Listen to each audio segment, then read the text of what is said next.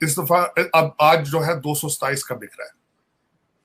श्रीलंका ने जब बैंकरप्सी दी थी तो 230 रुपए का डॉलर था वहां पे।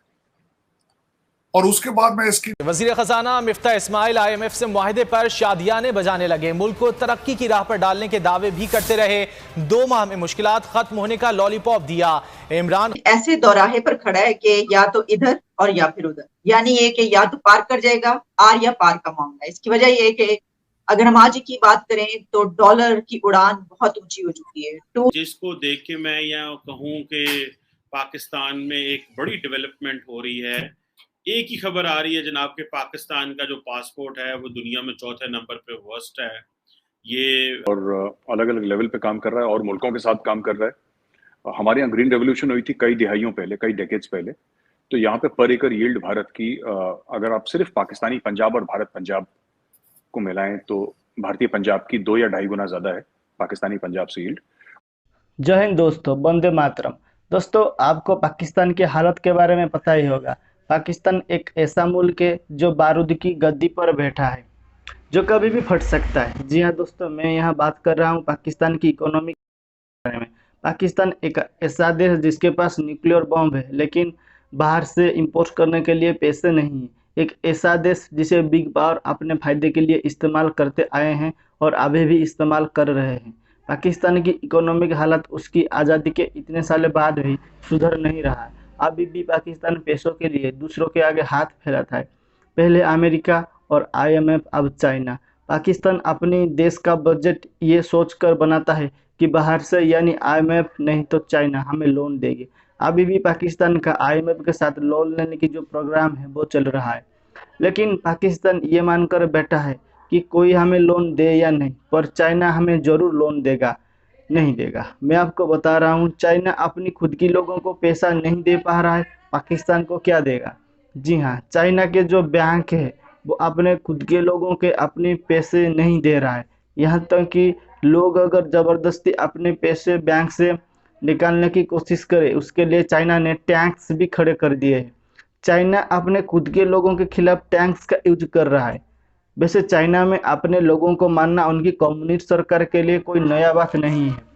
इससे पहले भी चाइना अपने ही लोगों को टैंक्स के जरिए मार चुका है। एग्जाम्पल के तौर पर 1989 में तियानमेन स्क्वायर पर क्या हुआ, आप ज़रा इंटरनेट पर रिसर्च करना, तब आपको सब पता चलेगा।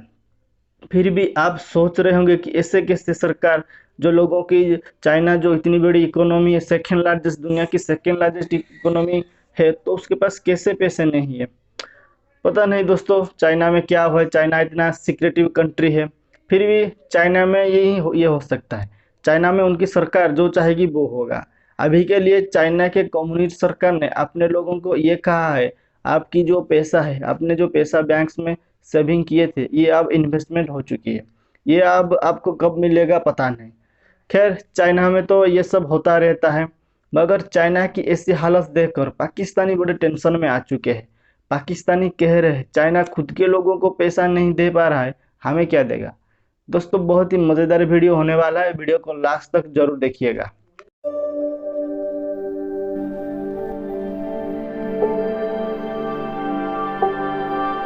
वोट ऑफ नो कॉन्फिडेंस की वजह से अपना रिजाइन दे दिया है। उससे पहले बोरिस यल्सन ने रिजाइन दिया था अदम एतमाद की वजह से। मुंबई के अंदर शिवसेना अपनी गवर्नमेंट जो है वो लूज कर चुकी है अदम एतमाद की वजह से। क्या ये सारे जितने लोगों ने, जिन्होंने अदम एतमाद की वजह से वोट अपनी पोजीशन लूज की है, ये सारे मुल्क के 3-3 टुकड़े करने के लिए घूम रहे हैं। इनके हाथ में, किसी के हाथ में आपने पेट्रोल और माचिस देखी है, लेकिन वाहिद एक पाकिस्तान है जहां पे हमारा एक साबिक वज़ीर-ए-आज़म कहता है, अगर मैं नहीं तो कुछ नहीं, मैं नहीं तो पाकिस्तान नहीं। अब इससे आगे बढ़ेंगे तो किसी से रिलेशनशिप ठीक करेंगे। अब 3 महीने के लिए, 4 महीने के लिए शहबाज शरीफ साहब आए हैं, उन्होंने बेबी स्टेप लिया है, उन्होंने वहां ट्रेड मिनिस्टर भेजा, चाहे ट्रेड हो या ना हो। उन्होंने खत लिखा है मोदी साहब को, जो कि होना चाहिए था। हमारे पिछले वज़ीर-ए-आज़म, आप उनका पोजीशन देख लें, वो कहते हैं जब तक मोदी साहब हैं हम बात ही नहीं करेंगे, जब तक 370 को रिमूव नहीं करेंगे हम बात ही नहीं करेंगे। अब उसमें अगर इनको कुछ समझाने वाला हो बंदा, तो उनको ये कहे कि अगर आप डायलॉग नहीं करते तो उसमें विनर और लूजर कौन है, उसमें ये समझाने वाला उनको कोई नहीं। अब इन अंडर गिवन सर्कमस्टांसेस दो चीजें बताऊंगा। ट्रेड जो पाकिस्तान के लिए तो बहुत जरूरी है, भारत के साथ करना बहुत जरूरी है, उनकी जरूरत है ये चीज।